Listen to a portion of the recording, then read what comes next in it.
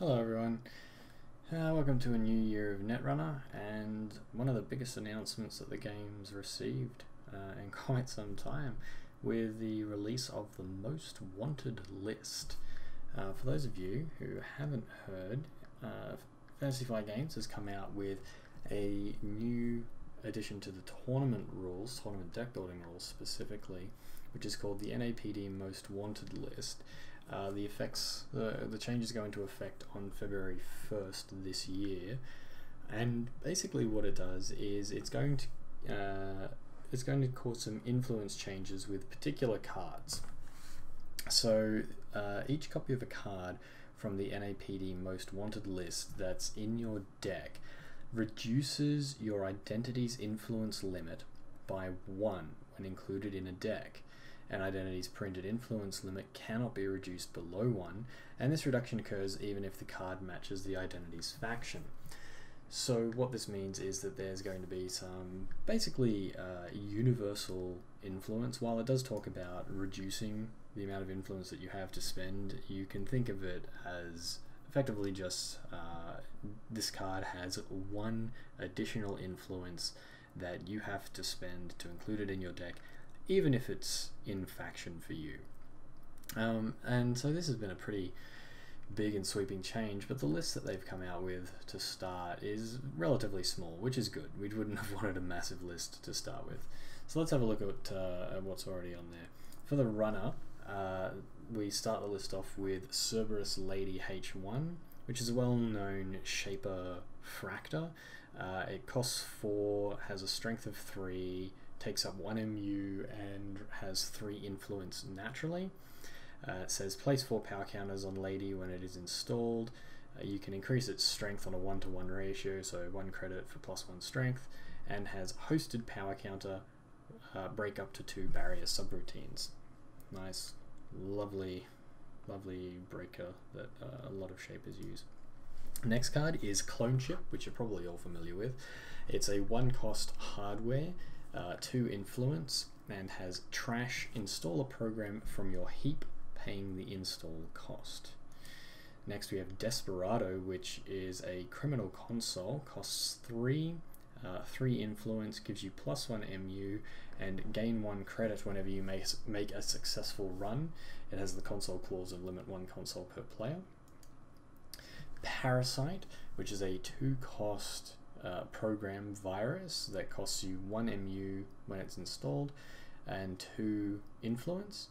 It says install Parasite only on a rezzed piece of ice. Host ice has -1 strength for each virus counter on Parasite and is trashed if its strength is 0 or less.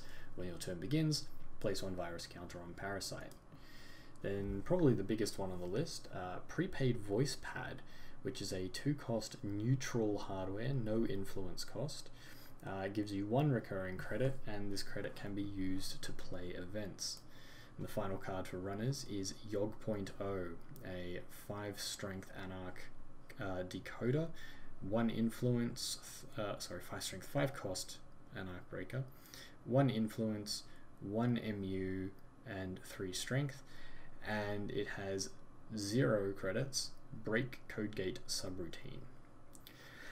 Moving on to the Corp cards, we start off with Architect, which is a 4-cost, 3-strength Haas-Bioroid Sentry that requires 2 influence. Architect cannot be trashed while installed, and it has 2 subroutines. The first, the Corp looks at the top 5 cards of R&D and may install 1 of those cards, ignoring all install costs. And the second, the Corp may install a card from Archives or HQ, paying all costs. And it was designed by 2012 World Champion Jeremy Zorn. Then, a huge hit for NBN, AstroScript Pilot Program, which is a 3 advancement requirement 2-point agenda for NBN that says place 1 agenda counter on AstroScript Pilot Program when you score it. Hosted agenda counter, place 1 advancement token on a card that can be advanced. Then we have Eli 1.0, which is a 3-cost, 4-strength Haas-Bioroid Barrier Bioroid that costs you 1 influence. It has the Bioroid clause of the runner may spend click to break any subroutine on Eli 1.0 and 2 subroutines, both of which are in the run. Then NAPD contract, which is amusing. NAPD contract is on the NAPD's most wanted list. It's a 4 advancement requirement, 2-point neutral agenda with no influence cost. And the advancement requirement of NAPD contract is increased by 1 for each bad publicity the corp has, and as an additional cost to steal NAPD contract, the runner must pay 4 credits. Finally, for the corp, SanSan City Grid, which is a 6 cost, 5 trash cost, 3 influence NBN region that says the advancement requirement of agendas installed in this server is lowered by 1, and of course it has the region clause of limit 1 region per server. So wow, that's kind of a big list of powerful cards for them to have come out with. Yeah, there's not many on there, but they're all very impactful cards, and the initial responses that I've seen online have been they've been mixed, but definitely leaning negatively. A lot of people aren't happy about this, and of course there are a lot of concerns about the barrier to entry for new and casual players that this creates, and the usual things when a list like this is created or updated about what cards should or shouldn't be on the list. So let's just have a bit of a chat about what it is that the most wanted list seems like it's trying to achieve. Well, there is specific justification that FFG gives, which is that the NAPD most wanted list is comprised of the cards identified as being overly efficient or too powerful, yet central to the decks dominating the metagame and appearing in a plurality of decks regardless of faction. They give some examples, such as Lady being too efficient for its faction, Desperado and NAPD contract just being so strong that other cards of its type are ignored, or that it's just simply too good in the case of AstroScript pilot program. So the justifications are rather vague. There are a lot of cards out there that people can make cases for that fit under these rulings, but I think they wanted to just hit the big ones first, and we might see some changes going on a bit later. So let's just have a look first at how this might hit runners, and it does obviously hit shapers heavily. Lady and Clone Chip have always been staple cards in shaper decks. Lady's a very efficient fractor, very good card, as is Clone Chip. Clone Chip is the best piece of recursion in the game, bar none. Just because of its versatility and its instant nature, and the fact that it can help you not die, it can help you get through things that you really need to or couldn't before at instant speed. It's just such a good card. It pairs with Parasite, of course, to bring them back for instant ice destruction. Yeah, it's just such a phenomenal card.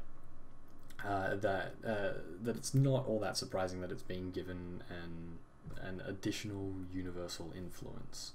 Of course, combining Lady and Clone Chip with the changes to prepaid voice pad seem like a really targeted shot at prepaid voice pad Kate decks. That archetype has been strong ever since it really came out. There are a lot of different variants running around based on what you expect you'll be facing in your particular meta, or what decks you expect to face ice. But it has a base level. It has this core functionality to it, and Clone Chip's prepaid voice pad, obviously, since it's prepaid voice pad Kate, and Lady have always really been in there. I think Lady's the only one that sometimes occasionally gets swapped out. So looking at that, we're looking at about 6 additional influence that PPVP Kate has to make up for now if it wants to stay how it is, and it just can't stay how it is because there's a bunch of other cards that are just going to have to come out. It's a very strong deck, though. I wouldn't be surprised if it bounced back and we see it in the upper echelons later, but for the moment I think it's going to take some tweaking before somebody really hits back on what the next big prepaid voice pad Kate list is going to be. As for Desperado, I don't like that this has been put on the list. I don't like that Desperado's on the list. The problem with Desperado isn't that it's too good, it's that it's so good versus other criminal consoles that are just kind of bad or too niche. Desperado provides a very powerful economic effect. Raw credits is kind of one of the best things you can get out of a card like this, and so other consoles have very niche effects like Astrolabe drawing you cards when the core creates servers, or Boxy giving you additional hand size. Straight credits when you make runs it's really good, but there's really nothing that comes close to Desperado's power level in Criminal, even in other factions really, and this means that criminals are going to be playing with a number less influence, which I don't think they need, given that criminals are in a poor position at the moment in general. They're definitely behind Shapers and Anarchs, and this change just makes it more difficult for them. I think a better way they could have handled this would be to have printed a high influence cost criminal console that could compete with Desperado. Sure, it's not going to change how often other criminal consoles are used, but other criminal consoles and consoles in general are used for specific purposes. In most cases they have a niche, and because certain decks want those effects, they're going to run them. Otherwise, it's nice to have Desperado because it's one of the big draws for being criminal, and I think they really need them at the moment. Parasite and Yogg are also on the list. An indirect nerf to Data Sucker is how I would probably describe Parasite and Yogg being on the list.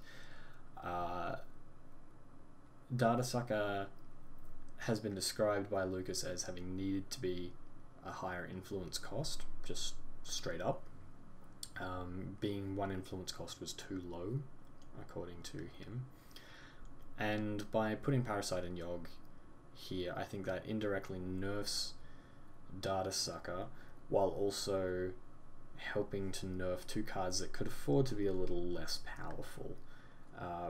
Parasite provides one of the most powerful effects in the game of destroying ice, and it's always been very popular alongside Clone Chip and Data Sucker to allow the runner to drain some credits from the corporation, and by getting them to res ice and then just getting rid of said ice. And it also just helps keep the runner running and the runner alive. Yogg, on the other hand, Yogg is just such a powerful icebreaker. The fact that you don't need to pay to use it means that you're not having to continually pump resources into it like most other icebreakers. Yes, you need to use Data Sucker tokens, but Data Sucker tokens can be used in a large variety of ways. And take something like Mimic, which a lot of people have said should be on the list instead of Yogg. Mimic you can use Data Suckers with, but you still have to pay to get through. Yogg, once you get your Data Sucker online and you're not facing it off against the Lotus Field, it'll just get you in for free. Some effects obviously still trigger, pop-up window gives the corporate credit, toll booth still drains you for 3, but they're only a couple of pieces of ice, and while they may see a decent amount of play, there's a number of other code gates that also see play that just get completely shut down by Yogg in such a way as that the runner doesn't even have to pay credits. That's crazy. So I'm not surprised that it's on there. Yeah, so I think it's a nice way for them to also indirectly nerf Data Sucker, and I definitely think that Yogg could have afforded to take a hit. Parasite, we'll wait and see with Parasite. It's very strong, but I haven't seen too much ice destruction going around recently. I haven't seen too much Parasite being run. although the noise decks are still strong and having fun with that. As for how this list hits Corpse, NBN is obviously taking a massive hit. AstroScript Pilot Program is arguably one of the best cards in the entire game, and the fact that they now have to pay influence for that, well, as some people have said, NBN now needs to pay the influence that every other faction had to for Jackson Howard.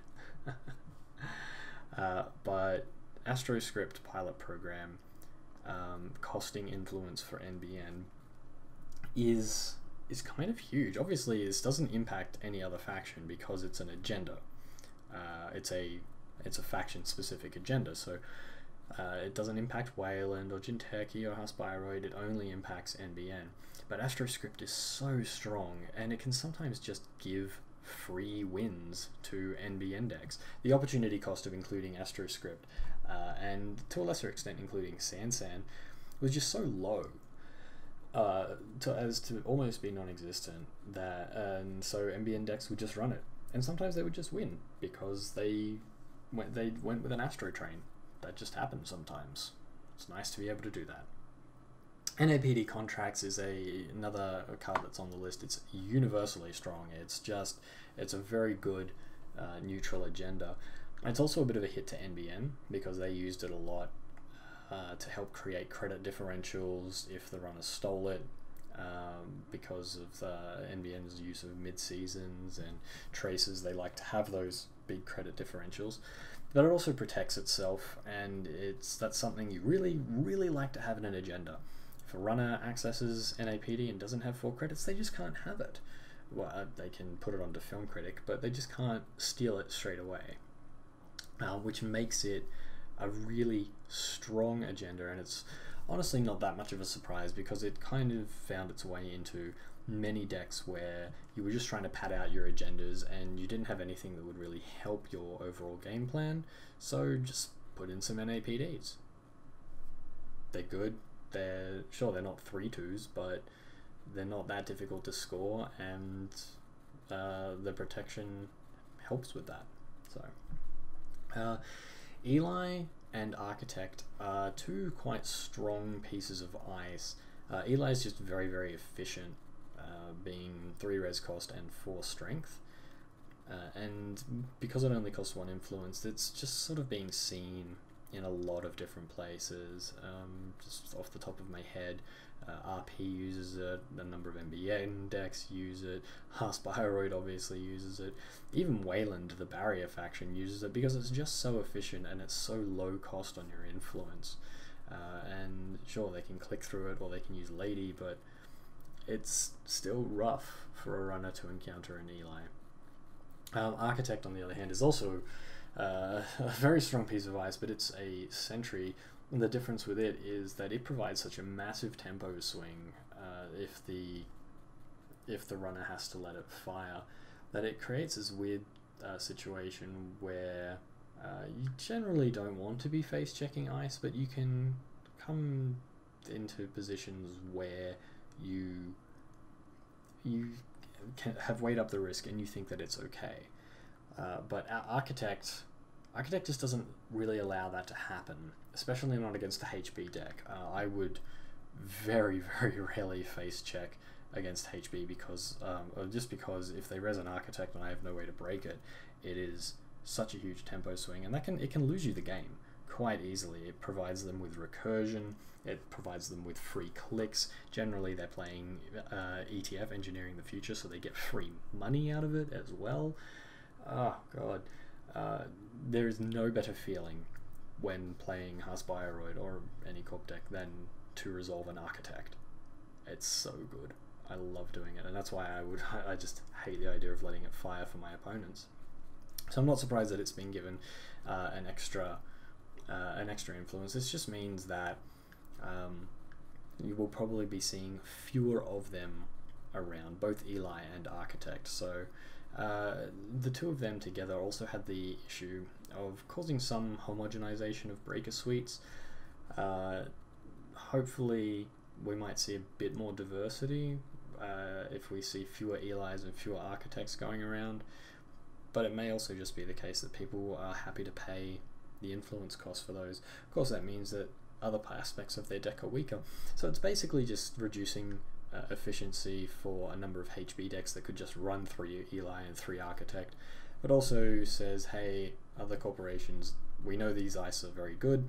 If you want to run them, you gotta pay for it. Yeah. So one of the other big concerns that people have had about what's going on with this is, or with the most wanted list, is that new players and casual players are going to have an additional barrier to entry into the tournament scene. These sorts of rule changes in errata are unfortunately often necessary for games as they progress and as they become more complex. A lot of people would like to say that, you know, this sort of thing isn't necessary. They could have solved the game in another way. They could have solved these problems in another way by printing cards or whatever. But that can lead to power creep and a whole range of other issues that creating this sort of rule doesn't. It does suck that this hurts new and casual players who are trying to get into the tournament scene more, but unfortunately just the way they have to disseminate these sorts of changes is kind of unavoidable. They can't get in contact with every Netrunner player and say, hey, this is the change that we're making. They put their stuff out there on their website and maybe to some community sites, and then the community sort of has to do the rest. Functional errata are a little bit different simply because it changes the way a card works, and it would be just awful for a new player or a casual player to go into a tournament with a legal deck list, one that, you know, follows the most wanted list, and then gets told, hey, sorry, Wireless Net Pavilion is now unique, which is another change that happened, and they get told that they can't play their deck the way that they were expecting to. Yeah, it's rough for that to happen, but that's where we as a community have a responsibility. We need to disseminate this knowledge to other players so that they can spread it via word of mouth further. We see these big changes and we go, okay, hey, look at this. Let's talk about this with our other Netrunner players. More importantly, tournament organizers have a big responsibility here, and I think the primary responsibility, in fact, lays with tournament organizers, because we're the ones that put the information out there on whatever your medium is, Twitter, Facebook, blah, blah, blah, your organizing tool of choice. And all we have to do is make sure that our tournament announcements are up well in advance of when they're going to happen, and that we put up reminders to our players about keeping up with errata and rules changes. And if there's a big rules change that's coming through, maybe just give a brief description of it and provide some links. A link to the FAQ, a link to the tournament rules, and a link to in this case, the most wanted list. Provide a link to it if you've got a tournament coming up soon, and just make sure that your players are aware of it. While tournaments do spread via word of mouth, in these days with social media, that's probably where the majority of people get their information from. And so that just means that we as tournament organizers have a responsibility to try and disseminate that information to as many people as possible. The rest of the community, just continue to help new players and casual players like we always do. We help them with their decks, we help them with playing some games with less powerful decks necessarily, or whatever we're doing to help them out. Just let them know, hey, if you're thinking about coming to the tournament, just be aware that Wireless Net Pavilion has been errated and that there's this new most wanted list. You can find them online, or here's a link.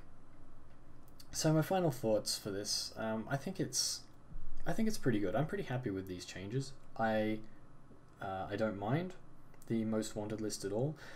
I come from Magic, so I'm used to the banned restricted list. I played mostly Eternal, and in fact I played a format called Australian 7-Point Highlander, which this list reminds me of in more ways than one. But yeah, I think this list should be fine. And going forward into the future, I'm looking forward to seeing what they do with it, especially the schedule for updating. I'm hoping that they're going to put together a consistent schedule for when we can find out what changes are being made. I believe there's rumors going around that it's every tournament season, but I'm not positive on that, obviously, since they're rumours.